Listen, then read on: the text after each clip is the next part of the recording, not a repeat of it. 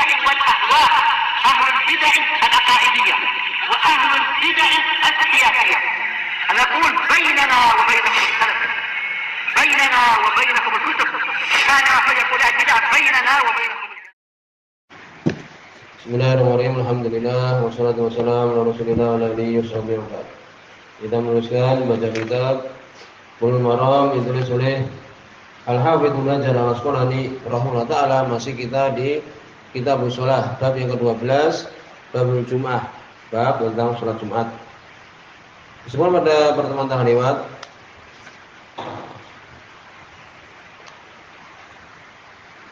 yakni di situ ada waktu mustajabah di hari Jumat, sebutkan setelah salat asar sebelum salat maghrib dan waktunya adalah sebentar. Kemudian juga tidak ada batasan untuk melakukan salat Jumat. Semua para ulama di antara orang yang boleh meninggalkan salat Jumat yang baru sudah kita sebutkan, 5 itu adalah 5 di antaranya itu adalah sebagian mengatakan ijma. Siapa itu? Sudah lewat. Nah, yang pertama adalah anak kecil, yaitu sebagaimana hadis yang sudah kita baca pada pertemuan lewat, ya hadis yang sahih di story bin Syahab. Kemudian juga yang kedua yaitu budak, yaitu sahih, jadi kita tidak bisa kemudian menolaknya. Kemudian yang ketiga adalah imra'ah, perempuan. Kemudian juga yang keempat marid, orang yang sakit, ini hadis story bin Syahab radhiyallahu anhu. Kemudian yang kelima yaitu orang yang safar, bagaimana dalam hadis Ibnu Umar radhiyallahu anhu itu. Imam Sunani boleh menambahkan as-sadis yang keenam bisa ditulis yaitu ahlul badiyah, orang pedalaman. Di nihayah disebutkan anal badiyah taftasu bi ahlil amd wal khiyam. Khusus namanya badiyah, orang pedalaman itu yang mereka rumahnya itu berupa kemah-kemah itu. Ya, tiang kemudian ada kemah-kemahnya, itu sudah. Ini namanya badiyah.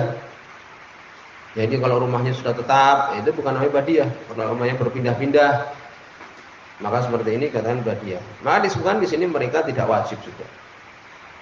Ulama demikian disebutkan. Ini tambahan yang tidak disebutkan oleh buku-buku yang lain. Berikutnya hadis yang ke-28. Ini akan disebutkan bahwa khotib dalam keadaan menghadap kepada makmum, orang mendengarkan, dan makmum menghadap kepada khotib tersebut. Dan disebutkan juga bahwa khotib itu membelakangi kiblat, ya kan demikian. Disebutkan di sini yaitu hadis yang ke-439 qala rahimahullahu taala wa an Abdullah bin Mas'ud, dari sahabat Abdullah bin Mas'ud radhiyallahu anhu. Nah, di sini diperbincangkan ya, walaupun Syekh Albani belum menghasankan di sini. Hadisnya dhaif wallahu alam. Disebutkan riwayat Ibnu Mas'ud radhiyallahu anhu di sini ada rawi namanya Muhammad bin Fadl bin Atiyah. Ada pendusta. Ya. Walaupun ada penguat hadis yang setelahnya, dan para ulama mengatakan ke dalam lebih benar dalam mursal. Ya, terputus. Jadi di sini dhaif wallahu alam. Syekh Albani beliau menguatkan penguat-penguatnya sehingga menghasankan di sini. Jadi Abdullah bin Mas'ud radhiyallahu anhu kalau beliau mengatakan karena Rasulullah adalah Rasulullah SAW idza stawa alal mimbar, apabila beliau sudah berdiri di atas mimbar, istaqbalnahu, kami menghadap ke arah beliau, bi wujuhina, dengan wajah-wajah kami. Ya demikian. Amalan kaum muslimin demikian. Dan Syekh Albani menyesuaikan di sini. Jadi bagaimana? Ya, ini imam di depan orang-orang yang dikhutbahi. Ya, dan makmum atau orang yang mendengar khutbah menghadap kepada imam dengan wajah-wajah mereka. Rawi Tirmidzi meriwayatkan Imam Tirmidzi bi isnadin dhaif, dengan sanad yang lemah. Walau syahid min hadis Bara' inda Ibnu Huzaimah, dan untuknya ada penguat dari hadis Bara' bin Azib radhiyallahu anhu yang disebutkan ya yang di sisi Ibnu Huzaimah rahimahullah taala. Nah, ini penguatnya ini sebagian mensahihkan ya, jadi dengan penguat ini seperti Syekh Albani rahimahullah taala. Dan yang benar yang disebutkan oleh Ibnu Huzaimah adalah dhaif. Ibnu Huzaimah, demikian juga Imam Baihaqi sendiri, ya, Imam Ibnu Huzaimah sendiri mengatakan mu'al bahwa Ali bin Gharab menyendiri ketika meriwayatkan secara mausul bersambung. Karena rawi yang lain ya Ibnu Mubarak, Waqi', Nadr bin Ismail yang menyebutkan di situ dari Abban, dari Adi, mursal tanpa disebutkan Barok bin Azib, yaitu mulala ya, sehingga yang benar adalah terputus. Tapi amalan kaum muslimin demikian. Dari sini dibahas berarti menunjukkan ya, maksudnya di sini bahwa mimbar itu disyariatkan, kan demikian. Dan itu adalah ijma. Imam Nawawi menyebutkan mimbar itu adalah ya ijma padanya para ulama. Bahkan dikatakan hampir mutawatir bahwa Nabi berkhutbah di atas mimbar. Dan mimbar ini sebagaimana kita ketahui ini 3 tingkat. Bagaimana kalau tidak ada mimbar? Sebagaimana kita perhatikan sebagian masjid langsung istilahnya pakai podium. Ya, maka ini khutbahnya adalah sah. Ya, sah. Tidak mengurangi dari kewajibannya sedikit pun. Ya. Karena ini sunnah. Dan hampir mutawatir bahwa Nabi SAW berkhutbah di atas mimbar. Ya, jadi kalau nggak ada mimbar gimana? Ya sah khutbahnya.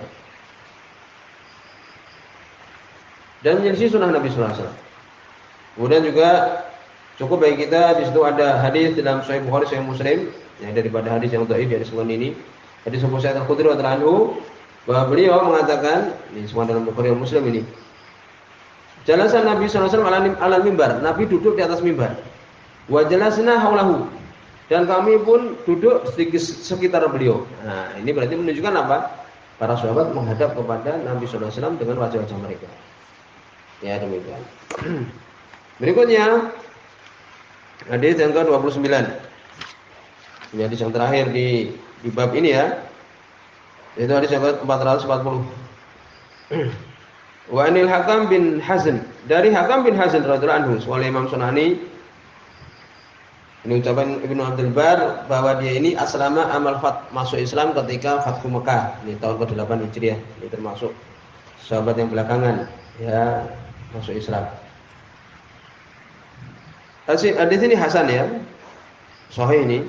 Jadi Hakam bin Hazn radhiyallahu anhu kalau beliau mengatakan syahidnal Jum'ah, kami menyaksikan Jumat ma'an Nabi, bersama dengan Nabi sallallahu alaihi wasallam. Faqama, maka beliau berdiri. Nabi berdiri mutawakkian, dengan bersandar ya, ala aso, di atas tongkat. Ya, ini memegang tongkat maksudnya.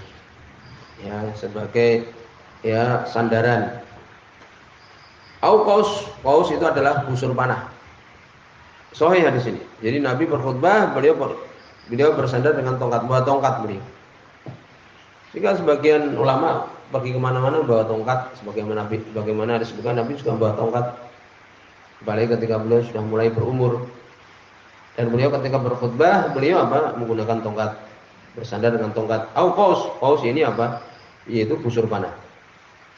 Rawahu Abu Dawud, ini Imam Abu Dawud. Nah, ini juga disunahkan untuk seorang ketika berkhutbah iktimad, bersandar dengan tongkat. Boleh juga kalau tempat banyak busur panah ya, berjihad, berperang menggunakan busur panah yaitu. Bahkan itu adalah mustahab.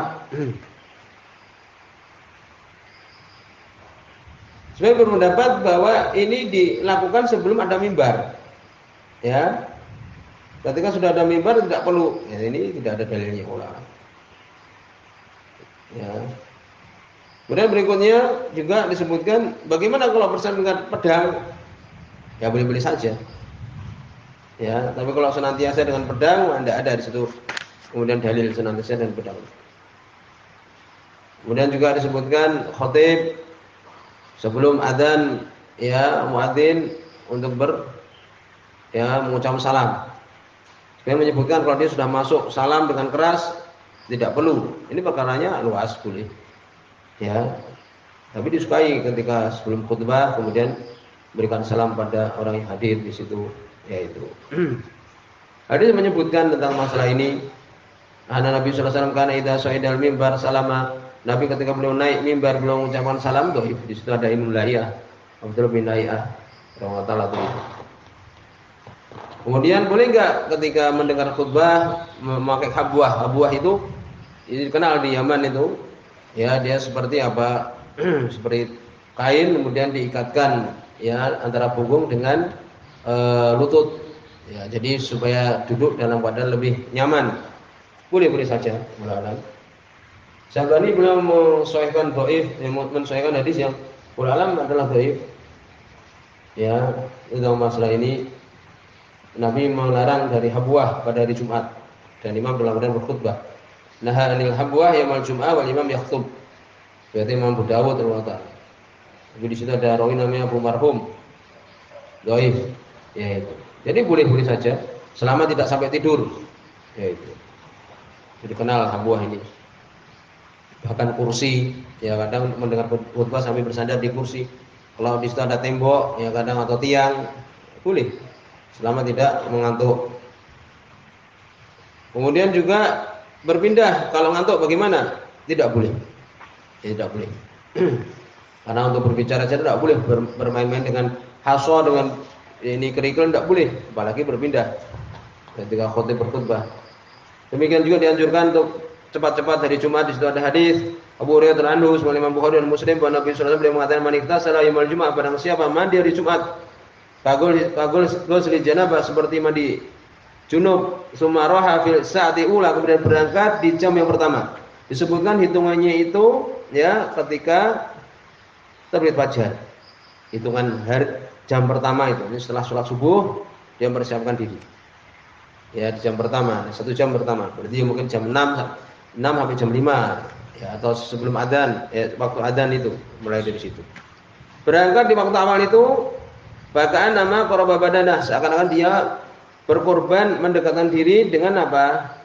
Dengan unta. Jam yang kedua seperti mendekatkan diri berkorban dengan sapi. Jam yang ketiga seperti ya kabsyan, ya, seperti domba.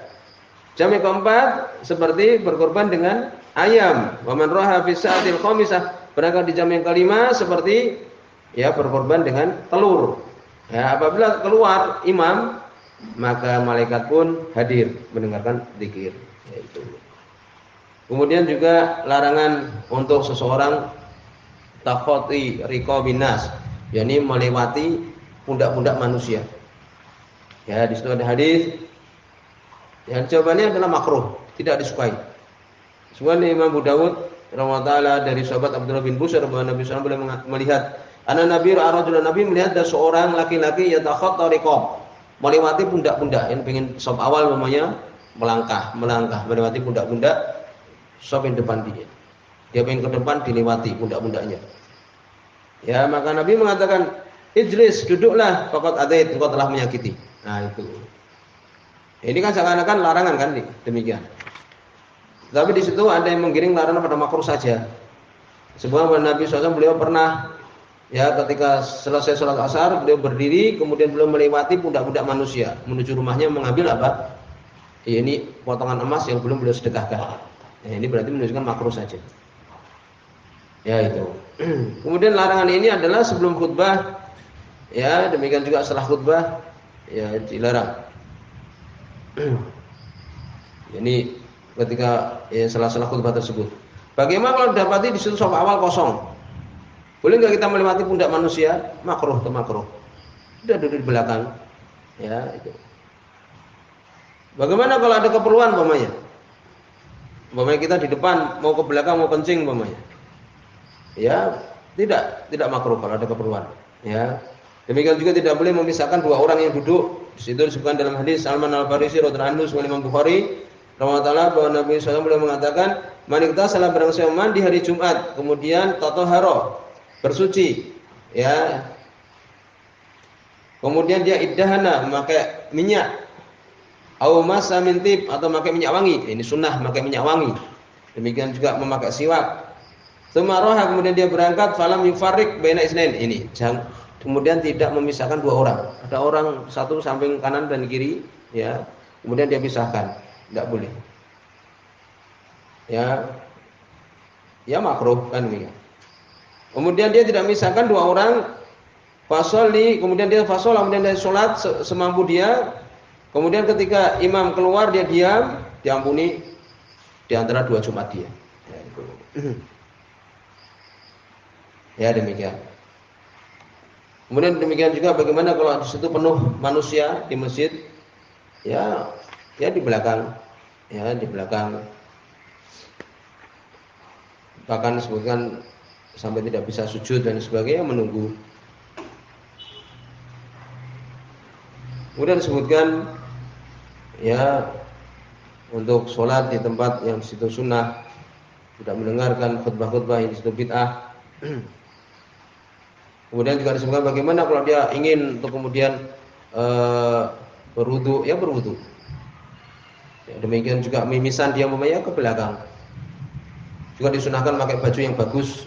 Di situ dalam hadis Umar bin Khattab radhiyallahu anhu, hadis Bukhari dan Muslim, bahwa Nabi sallallahu alaihi wasallam yang disebutkan di situ, beliau berkata kepada Nabi, Umar mengatakan kepada Nabi, "Lau istaraita hulatan." Kalau engkau membeli Rasulullah baju dari sutra, yang kau makainya fala bistaha lil wafdi wal Jumat, untuk kamu pakai ketika ada tamu dan hari Jumat. Ini menunjukkan apa? Nabi tidak mengingkari. Yang diingkari oleh Nabi adalah memakai kain sutra. Menunjukkan bahwa boleh seorang mengkhususkan baju yang bagus di hari Jumat. Ya demikian. Demikian juga memakai minyak wangi, demikian juga siwak. Ya demikian. Di situ ada hadis Bukhari Muslim dari sahabat Abu Sa'id Al-Khudri radhiyallahu anhu bahwa Nabi sallallahu alaihi wasallam mengatakan, "Ghuslu yaumul Jum'ah, mandi hari Jumat wajib atas setiap orang yang sudah balik." Itu ya, sudah lewat. Dan wa istanna, demikian juga untuk bersiwak. Wa yamasatiban in wujidah, dan memakai minyak wangi kalau dia dapat. Nah, ini sunnah memakai minyak wangi dan bersiwak. Demikian juga adzannya hendaknya satu kali saja. Ya, adapun adzan 2 kali sebutkan, bahkan Ibnu Umar radhiyallahu anhu mengatakan itu adalah bid'ah. Ya, itu yang pertama kali Utsman bin Affan radhiyallahu anhu. Ya, sampai di sini. Semoga sudah hilang.